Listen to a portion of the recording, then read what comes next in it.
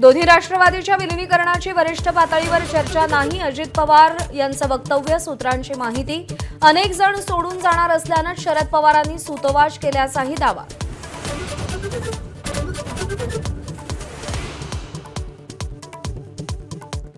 राष्ट्रवादी काँग्रेस शरद पवार पक्षाच्या जयंत पाटलांनी राज्य कार्यकारिणीची बैठक बोलावली. प्रदेश पदाधिकारी जिल्हा निरीक्षकांना उपस्थित राहण्याच्या सूचना.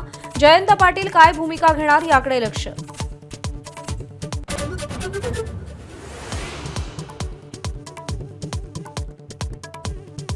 ठाकरेंच्या शिवसेनेतून बाहेर पडणाऱ्यांना पक्षात घेण्यासाठी भाजप आणि शिंदेंच्या शिवसेनेची चढाओढ. मुंबई महापालिका निवडणुकीच्या पार्श्वभूमीवर माजी नगरसेवकांना पक्षात घेण्यासाठी रस्सीखेच.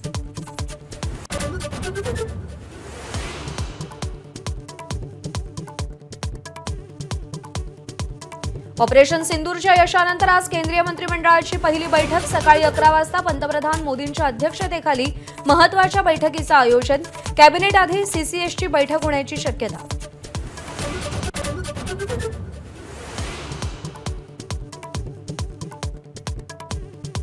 ऑपरेशन सिंदूरच्या यशासाठी मुंबई ठाण्यात भाजपकडून आज तिरंगा रॅली. मुंबईमध्ये मुख्यमंत्र्यांसह भाजप नेते तर ठाण्यामध्ये एकनाथ शिंदे रॅलीत सहभागी होणार.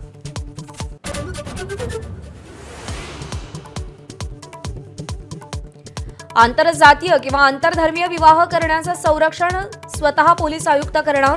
राज्य सरकारचा मोठा निर्णय. जिल्हाधिकारी, महानगरपालिका आयुक्त 3 महिन्यांनी सुरक्षेचा आढावा घेणार.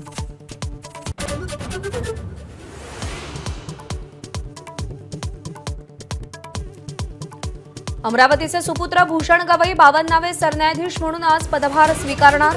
राष्ट्रपती सकाळी 10 वाजता शपथ देणार. गवईंचा सरन्यायाधीश पदाचा कार्यकाळ 6 महिन्यांचा.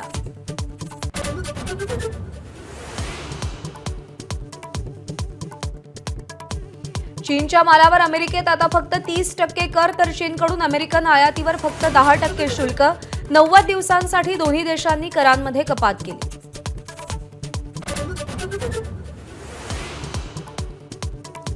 कुख्यात गुंड गजा मारणेसोबतची मटण पार्टी. 4 पोलिसांना महागात.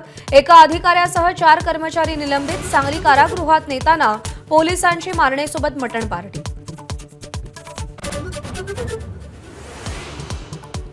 कसोटी क्रिकेटमधून निवृत्ती घेतल्यानंतर रोहित शर्मानं वर्षा बंगल्यावर मुख्यमंत्री फडणवीसांची भेट घेतली. रोहितला पुढच्या वाटचालीबद्दल शुभेच्छा दिल्याची फडणवीसांची एक्स पोस्ट. एबीपी माझा, उघडा डोळे बघा नीट.